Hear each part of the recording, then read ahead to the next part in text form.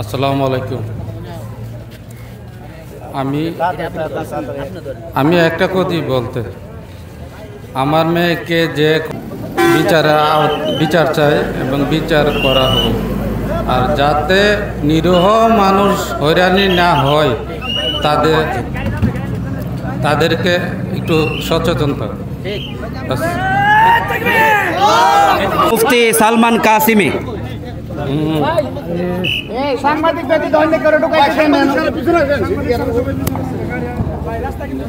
সংগ্রামী সাথী ও বন্ধুগণ,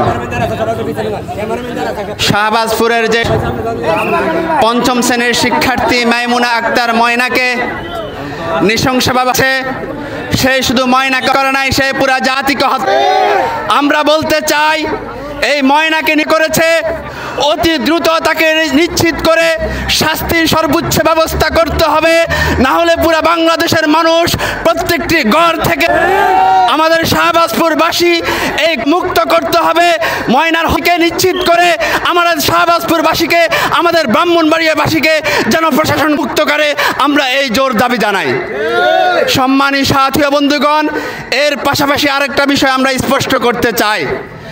ইমাম মুয়াজ্জিন যারা মসজিদে ছিলেন, এই ময়নার অধ্যায় রচনা করেছে, দ্বিতীয় অধ্যায় রচনা করেছে ময়না করে ষড়যন্ত্রমূলকভাবে তাকে মসজিদে রেখে, ঠিক কিনা বলেন? আমরা বলতে চাই ইমাম মুয়াজ্জিনের বিরুদ্ধে কোনো মামলা হয় নাই, কেউ মামলা করে নাই, বাদীরাও মামলা করে নাই, প্রশাসনও তার বিরুদ্ধে কোনো ক্লু বা কোনো তার বিরুদ্ধে কোনো তারা কিছু বের করতে পারে নাই।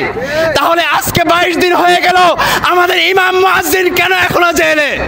আমরা প্রশাসনকে প্রশ্ন করতে চাই, ডিজিটাল এই জমানায় একটা বের করতে যদি আপনাদের 22 দিন সময় লাগে, আপনারা প্রশাসনের দায়িত্ব ছেড়ে দেন। দরকার নাই এমন প্রশাসন।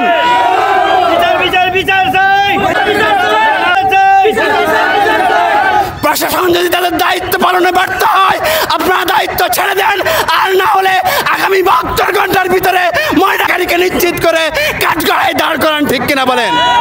যদি আগামী 72 ঘন্টার ভিতরে অচিরেই ময়না নিশ্চিত না হয়, তাহলে এই শাহবাজপুরের প্রত্যেকটা রোড আমরা আমাদের শাহবাজপুরকে কত করবো ইনশাআল্লাহ।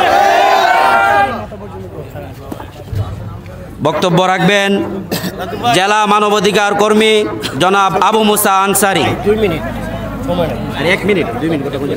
সম্মানিত উপস্থিতি, আজকের মানবাধিকার, আজকে যে মানববন্ধন, সে দেশের বাড়িতে ছিল না, সে বিদেশে অবস্থান করছে, তার পরিবার নিরাপদ তাই ছিল না, তার মেয়ে নিরাপদে ছিল না, তার মেয়ের সারা পৃথিবীর মানবতা, এই মানবতাকে যা করেছে, যে বা যারা সাথে সম্পৃক্ত তাদেরকে উপযুক্তভাবে তদন্ত করে প্রকৃত তদন্ত অনুযায়ী প্রকৃত আসামিকে বের করে আইনের কাঠগড়ায় আনা হোক।